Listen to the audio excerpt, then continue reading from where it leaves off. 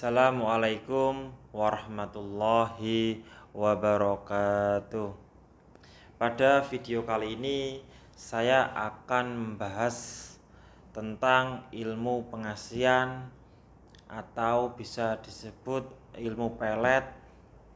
Nah, saya akan ceritakan sedikit sejarah dan tata cara kerjanya itu gimana. Nah, tentu dengan membahas ilmu pengasian atau ilmu pelet tak luput dari sebuah khodam. Gitu sedulur nggih. Jadi setiap ilmu pengasian itu sangat luas sekali dan ilmu pelet pun itu juga luas. Jadi ilmu pengasian atau ilmu pelet itu ada yang negatif dan ada yang positif.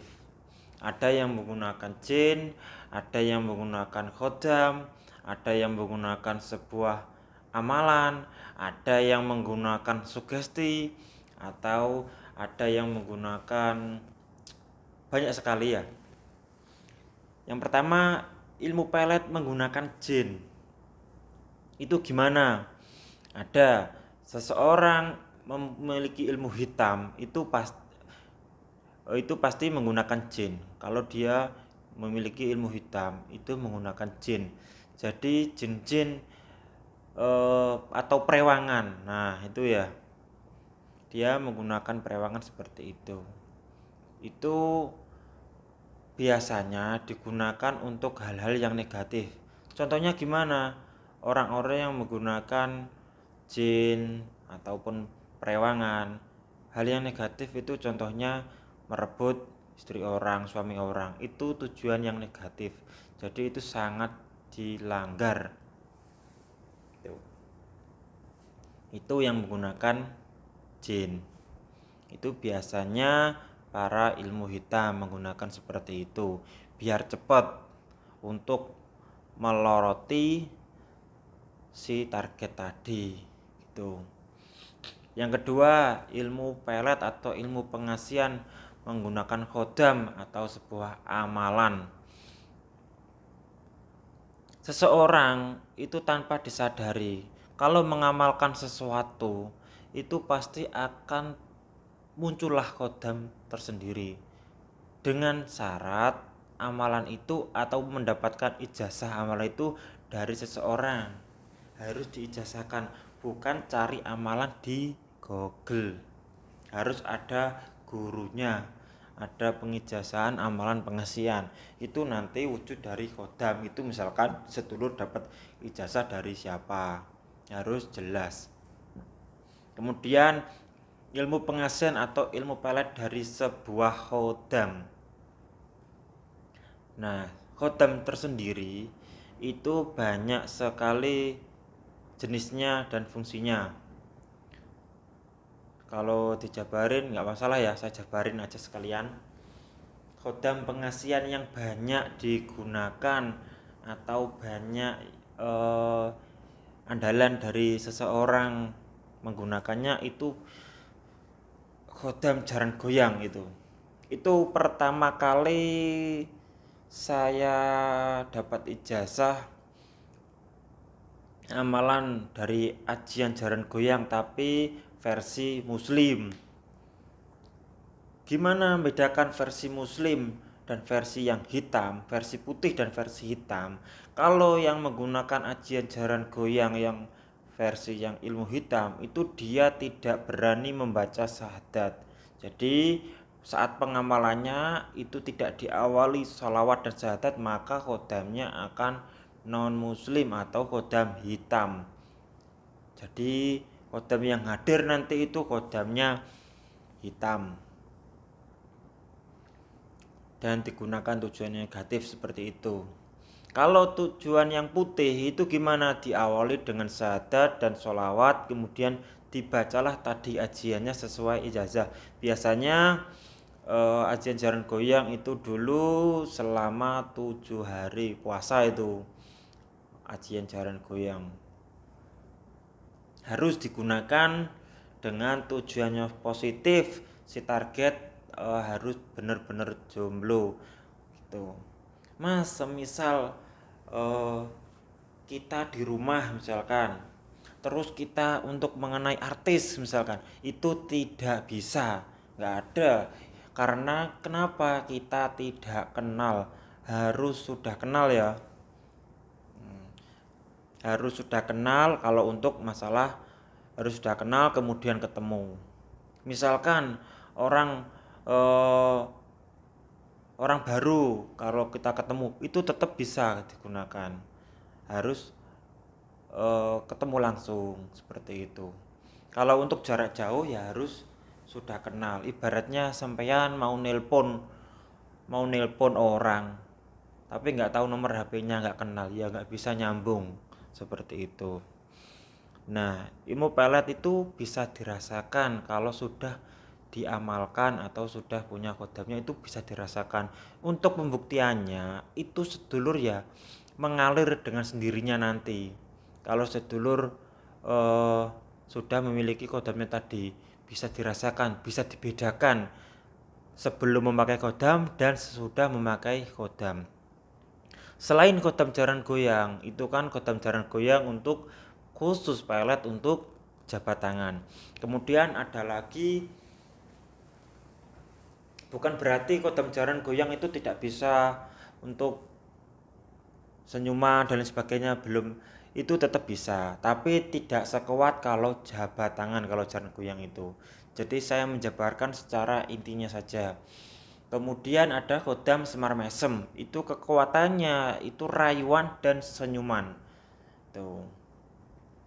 Jadi harus digunakan sesuai itu tadi. Semar mesem juga gitu, ada yang hitam dan ada yang putih.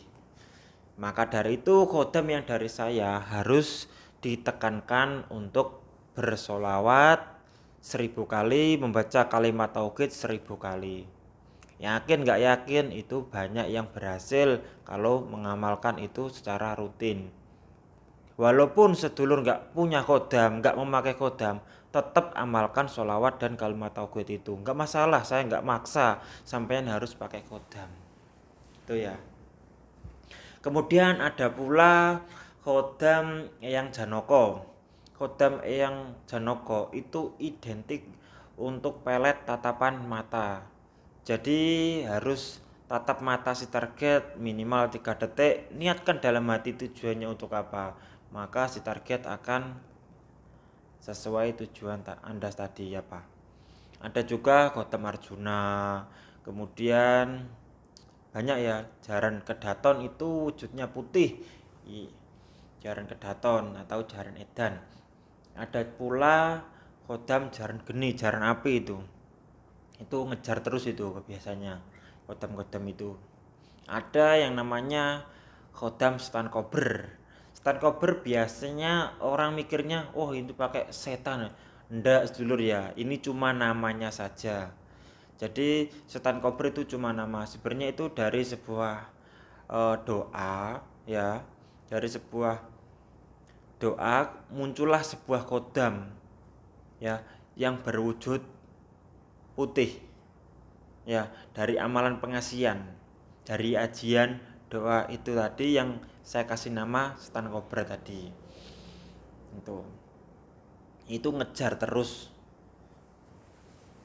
sampai si target itu kena kelemahannya tuh. Jadi hari ini nggak kena, besoknya besoknya gitu, nyerang terus ya. Kalau masalah pelet itu tadi bisa berhenti kalau si nyuruh tadi nyuruh balik ya, nyuruh berhenti, berhenti tidak nyuruh ke target tadi, itu bisa.